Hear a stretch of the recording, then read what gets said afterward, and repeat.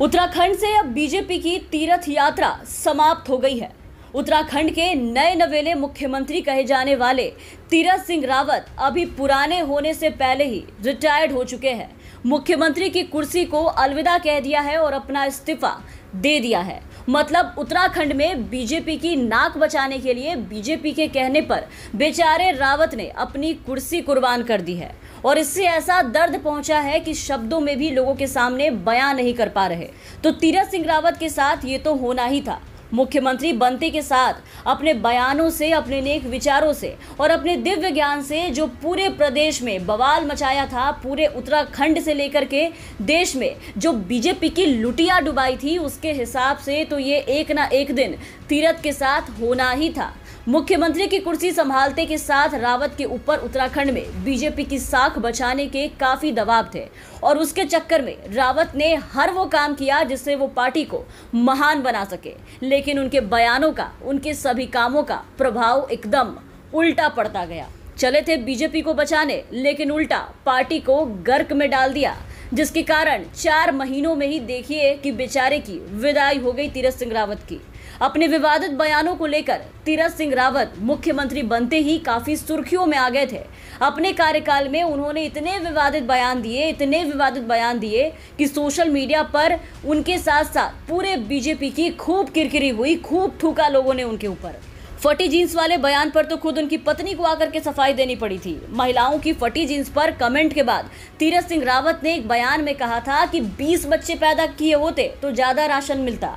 एक कार्यक्रम में रावत ने यह कहा था कि लोगों को इस बात से जलन होने लगी है कि 2 सदस्यों वाले परिवार को 10 किलो राशन और 20 सदस्यों वाले परिवार को 1 क्विंटल अनाज क्यों दिया गया। अब इसमें दोष किसका है? उसने 20 पैदा किए और आपने 2। अब जलन क्यों?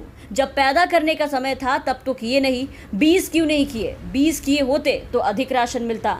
इसके अलावा कभी खोज निकाला कि भारत को अमेरिका ने 200 साल तक गुलाम बनाया था और इसको लेकर के बहुत थू थू हुई थी कि एक प्रगतिशील पीएम का ऐसा पिछड़ा सीएम, राम राम राम, नाक कटा दी मोदी की और बीजेपी की।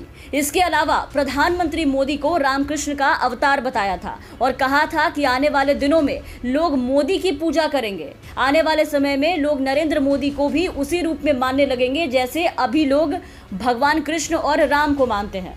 अब देखिए, अब लोग माने ना माने, लेकिन मुख्यमंत्री बनते के साथ रावत ने तो मोदी को भगवान मान ही लिया था और सेवा में लगे पड़े थे। लेकिन देखिए कि उसी भगवान ने इन्हें इस्तीफा देने पर मजबूर कर दिया, क्योंकि भगवान अंतर्यामी होते हैं, उन्हें सब पता होता है। तभी मोदी को भी आने वाले दिनों में उत्तराखंड में होने वाले विधानसभा चुनाव में बीजेपी की होती हुई दुर्दशा बिल्कुल साफ नजर आ चुकी थी। तभी आनन फानन में इस्तीफा देने से पहले तीरथ सिंह रावत को दिल्ली बुलाया गया था और वहां तीरथ को समझाया गया कि चंद महीनों बाद वहां चुनाव है और चुनाव के पहले तीरथ ने अपने बड़बोलेपन और दिव्य ज्ञान से जो रायता फैलाया है, कुंभ और तरह तरह के आयोजन करके जनता को जो कोरोना के मौत के मुंह में झोंकने का काम किया है, उस मौत और उस भयावह हालात का बदला वहां की जनता बीजेपी से ले सकती है। प्रदेश में उसकी सजा वहां बीजेपी को मिल सकती है और आने वाले महीनों में चुनाव में उत्तराखंड की जनता बीजेपी का शामियाना उत्तराखंड से समेटकर बाहर फेंक सकती है। इन बातों को और सभी हालातों को समझते हुए तीरथ वापस आए और वापस आते के साथ ही रावत ने बड़े दर्द के साथ हंसते हंसते राज्यपाल को इस्तीफा सौंपा और बस इसी के साथ उत्तराखंड में 4 धाम कैंसिल होने की तरह तीरथ यात्रा भी 4 महीने में खत्म हो गई।